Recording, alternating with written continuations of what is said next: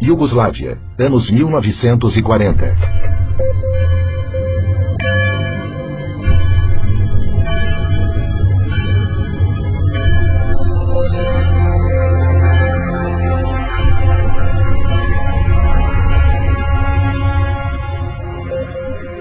O cardeal Aloysius Stepinac saiu em defesa das minorias e protestou oficialmente contra as leis racistas e as perseguições raciais e religiosas. Foi levado a julgamento e foi condenado. A defesa dele teve 6 dias entre a acusação e o julgamento para preparar o caso. O tribunal restringiu suas testemunhas e excluiu documentos que provavam sua inocência. África do Sul, anos 1960.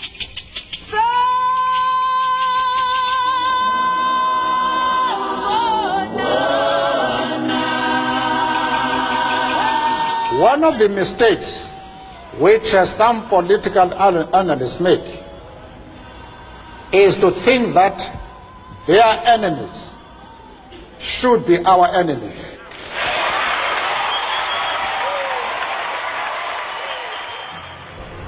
Nelson Mandela, líder do movimento contra o apartheid, regime que segregava os negros no país, foi eleito inimigo pelo governo branco.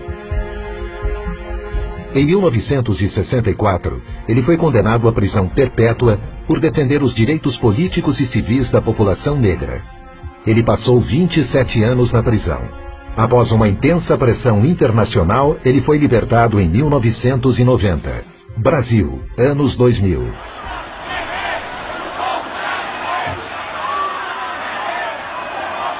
E é com essa força que nós vamos virar o jogo e vamos trazer a democracia de volta para esse país e vamos fazer com que o povo pobre desse país, a classe média e os pequenos empresários voltem a acreditar nesse país.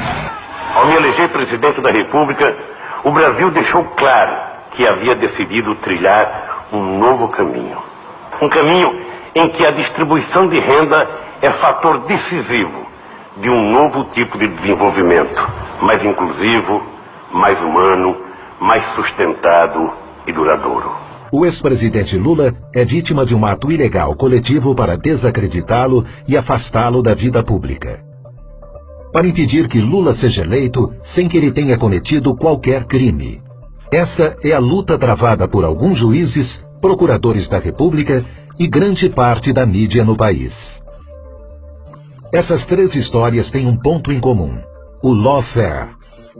O termo lawfare foi criado em 2001 pelo major-general da Marinha Americana Charles Dunlap e desde então tem sido estudado em importantes universidades, como Harvard, por exemplo. O lawfare é uma arma poderosa para combater inimigos políticos que combina ações aparentemente legítimas e ampla cobertura da imprensa. A ideia é constranger o inimigo até que ele se torne extremamente vulnerável a infundadas acusações. Uma vez enfraquecidos, eles perdem todo o apoio popular e qualquer poder de reação. Com o objetivo de arruinar alguém, o lawfare usa as seguintes estratégias: o abuso das leis vigentes para deslegitimar e prejudicar a imagem pública do adversário, o uso do processo legal para cercear sua liberdade, intimidá-lo, silenciá-lo, influenciar negativamente a opinião pública para antecipar a sentença condenatória e cercear o amplo direito a uma defesa imparcial, pressionar agentes públicos e promover retaliações contra políticos para obstruir os mecanismos legais de defesa, manipulação estratégica de uma causa falsa, tentativa de intimidar advogados de defesa. Uma guerra com um ataque pensado minuciosamente em 3 dimensões. A primeira dimensão é geográfica. Aqueles que estão atacando escolhem o campo de batalha mais vantajoso. O embate se dá na vara ou no tribunal que melhor atender ao objetivo de acabar com seu opositor. A segunda dimensão é a escolha de uma lei especificamente moldada para aquela guerra. A terceira dimensão consiste em externalidades. Um papel desempenhado principalmente pela mídia que cria uma sensação de presunção de culpa. Para o antropólogo John Comaroff, professor da Universidade de Harvard e um dos maiores especialistas em lawfare, O ex-presidente Lula é o maior exemplo brasileiro de alguém que é vítima de abuso da lei para fins políticos. Para ele, a justiça do Brasil está manipulando as leis e criando uma presunção de culpa contra o ex-presidente Lula. The violence of the law has replaced the violence of the gun because you destroy people, you face them, you erase them, you take away their assets, you take away their dignity, you take away their lifestyle. Os ataques e violações constantes do direito de defesa têm que ser combatidos. E esse foi o propósito para o qual o Instituto Lawfare foi criado. Entre seus objetivos está o de resguardar os direitos de cidadãos que são vítimas de lawfare, identificando e detectando os agentes e vítimas e promovendo medidas efetivas para protegê-los.